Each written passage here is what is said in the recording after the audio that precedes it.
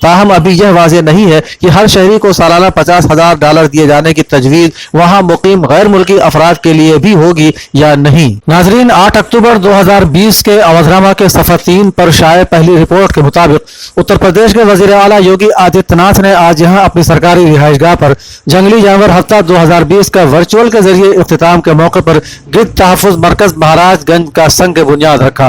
انہوں نے اس موقع پر جنگلی جانوروں کے چراگاہ کے لیے ضروری کاریڈور، پیلی بھیت ٹائیگر ریزرو علاقے کے لیے تیار کی گئی کتاب گڈھا کاریڈور اور والمیکی کی پریاورن چیتنا کتابوں کا اجرا بھی کیا۔ اس موقع پر وزیر جنگلات اور ماحولیات جناب دارا سنگھ چوہان نے وزیر اعلیٰ کو Guinness book of world record کا سرٹیفکیٹ اور جنگلی جانور انسداد سے متعلق آلات بھی پیش کیے۔ پروگرام کو خطاب کرتے ہوئے وزیر اعلیٰ نے کہا کہ موجودہ ریاستی حکومت جنگلی جانوروں کے تحفظ اور افزائش کے لیے مسلسل کام کر رہی ہے۔ انہوں نے کہا کہ ہماری ثقافت میں جنگلات اور جنگلی جانوروں کی خصوصی اہمیت ہے۔ انہوں نے کہا کہ گدھ تحفظ مرکز ماحولیات کو صاف بنانے کا ذریعہ بنے گا۔ اتر پردیش کے وزیر اعلیٰ یوگی آدتیہ ناتھ نے کووڈ-19 انفیکشن کے مؤثر کنٹرول کے لیے زیادہ سے زیادہ کانٹیکٹ ٹریسنگ کرنے کی ہدایت دی ہے۔ انہوں نے کہا کہ جانچ کا کام پوری صلاحیت سے ہونا چاہیے۔ وزیر اعلیٰ آج یہاں اپنی سرکاری رہائش گاہ پر ایک اعلیٰ سطحی میٹنگ میں ان لاک بندوبست کا جائزہ لے رہے تھے۔ انہوں نے خواتین کی حفاظت اور ان کے احترام کے پیش نظر نوراتری کے دوران محکمہ پولیس کو مہم چلانے کی ہدایت دی ہے۔ انہوں نے کہا کہ دھان خریداری مراکز پوری صلاحیت اور فعالیت کے ساتھ چلائے جائیں۔ انہوں نے آسمانی بجلی گرنے سے ہونے والے جانی نقصان سے بچنے کے لیے SMS کے توسط سے الرٹ کیے جانے کی ہدایت بھی جاری کی۔ پبلک سروس کمیشن پریاگراج سے منتخب سرکاری ثانوی اسکولوں کے اسسٹنٹ ٹیچر عہدوں پر آن لائن پوسٹنگ کی کارروائی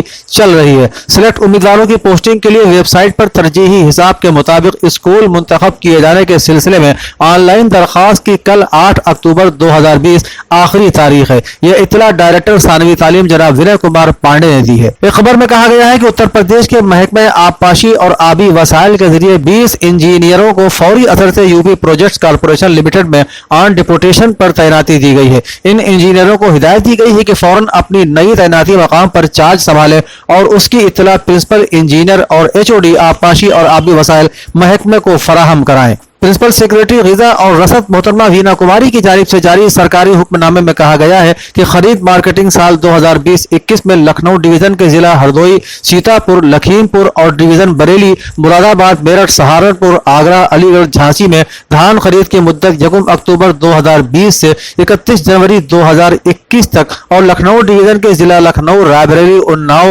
اور ڈویژن چترکوٹ، کانپور، ایودھیا، دیوی پاٹن، بستی، گورکھپور، اعظم گڑھ، وارانسی، مرزا پور اور پریاگراج میں 15 اکتوبر 2020 سے 28 فروری 2021 تک خرید مراکز پر دھان کی خریداری کی جائے گی۔ اودھنامہ کے صفحہ 5 پر آج شہدائے کربلا کے چہلم کے حوالے سے مضامین شائع ہوئے ہیں، جس کا آغاز آیت اللہ العظمیٰ امام خمینی کی تحریر سے ہو رہا ہے، جس میں وہ فرماتے ہیں: ہماری دینی شاعر اور اجتماعی ثقافت ہے جو سفر المظفر کی 20ویں تاریخ کو ہوتا ہے۔ 40 کے بارے میں جو کچھ ہماری دینی ثقافت میں آیا ہے وہ حضرت سید الشہداء علیہ السلام کی شہادت کا چہلم ہے جو سفر کی 20ویں تاریخ کو ہوتا ہے۔ امام حسن عسکری علیہ السلام نے ایک حدیث میں مومن کے لیے 5 علامتوں کا ذکر کیا ہے، جس میں ایک زیارت 40 پڑھنا بھی ہے۔ پہلا چہلم کے عنوان کے تحت وہ لکھتے ہیں: جب حسین ابن علی علیہ السلام کے مشہور زائر پہلی بار کربلا آئے، پیغمبر اسلام صلی اللہ علیہ وآلہ وسلم اور امیر المؤمنین علیہ السلام کے صحابی جابر ابن عبداللہ الانصاری اور عطیہ بھی آئے۔ جابر جو نابینا تھے، عطیہ نے ان کا ہاتھ تھاما اور امام حسین علیہ السلام کی قبر پر رکھ دیا۔ انہوں نے قبر کو مس کیا اور رونے لگے اور حسین ابن علی علیہ السلام سے گفتگو کرنے لگے اور اپنی گفتگو سے حسین ابن علی کی شہادت کی یاد کو زندہ کر دیا اور شہداء کی قبروں کی زیارت کی سنت کی بنیاد بھی رکھ دی۔ اس طرح کا اہم دن 40 کا دن قرار پایا۔ دوسرا مضمون محمد رضا ایلیا کا بعنوان 40 حسینی کا فلسفہ اور عالمی میڈیا کا وتیرہ شائع ہوا ہے، جس میں وہ عقیدت مندان حسین کا ذکر کرتے ہوئے لکھتے ہیں: اقوام عالم میں 40 حسینی کے حوالے سے عقیدت مندوں کی مختلف ممالک سے عراق میں آمد اور عراق میں نجف اشرف سے کربلا کی سمت پیدل سفر ایک ایسی خبر ہے جس سے دنیا کا کوئی بھی میڈیا بے خبر نہیں۔ کروڑوں کے اس اجتماع کو عالمی میڈیا نے کس قدر کوریج دی ہے، اس پر لمبی چوڑی بحثیں اور ریسرچ کی ضرورت نہیں، حقائق روز روشن کی طرح واضح ہیں۔ مگر بدقسمتی اس مارچ کی کوریج کے بجائے اس کو بدنام کرنے کے لیے بعض عالمی ذرائع ابلاغ جیسے صہیونی لابی اور سامراجی میڈیا نے ایڑی چوٹی کا زور لگایا، لیکن ناکامی ان کا مقدر ٹھہری۔ تمام سامراجی اور صہیونی میڈیا ان لمحات و جزیات کو کیوں نہیں نشر کرتا کہ اربعین حسینی کے موقع پر خادم حسینی جس طرح سے خدمات انجام دیتے ہیں، اس کا پوری دنیا میں کوئی بدل نہیں ہے۔ اسی نوعیت کا آخری مضمون عظمت علی کا شائع ہوا ہے۔ تحریر سے ایک اقتباس ناظرین ملاحظہ فرمائے۔ تاریخی معلومات کی بنیاد پر شیخ انصاری کے دور حیات میں بھی پیادہ روی یعنی مشی موجود تھی اور کچھ وقفے کے لیے زمانے کی ستم ظریفی حائل ہو گئی تھی، لیکن شیخ مرزا حسین نوری تبرسی نے دوبارہ اس میں روح ڈال دی۔ آپ نے پہلی بار عید قربان پر نجف سے کربلا کا سفر کیا، 3 روز میں راہ کی مسافات طے کی۔ آپ کے ساتھ تقریباً 30 لوگ تھے۔ اس کے بعد آپ ہر برس ابا عبداللہ کی زیارت کو جاتے رہے۔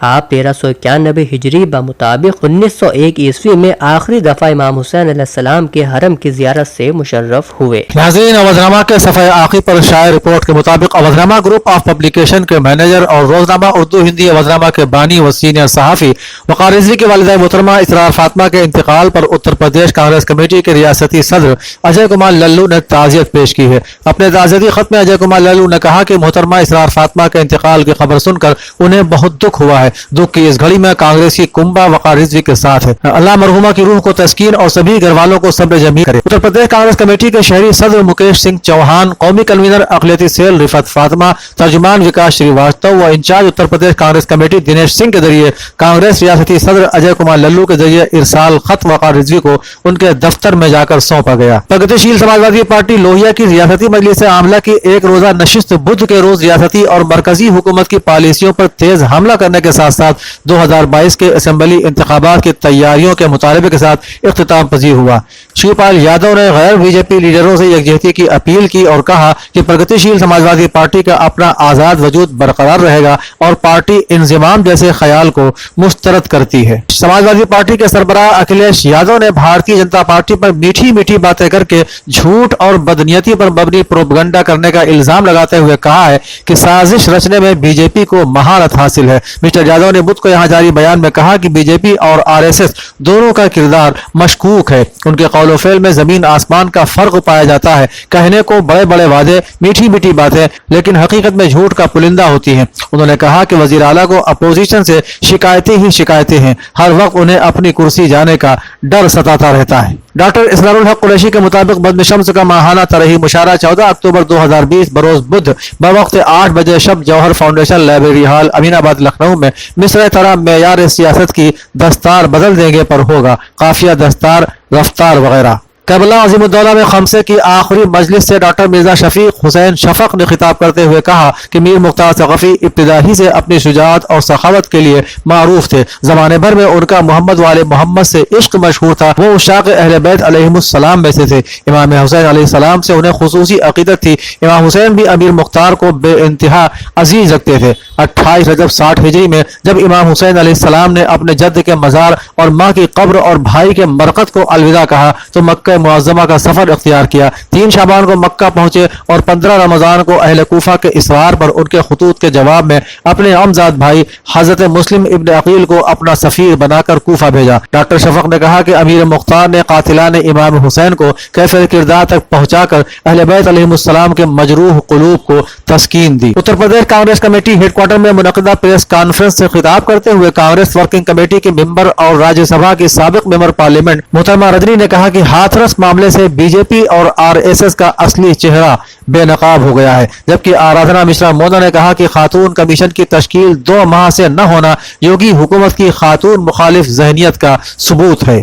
گھر بیٹھے گروسری اور گھر کا سارا سامان فوراً اور پوری ہائیجین کے ساتھ پانے کے لیے ہمارے واٹس ایپ نمبر 6394027918 پر آرڈر کر سکتے ہیں۔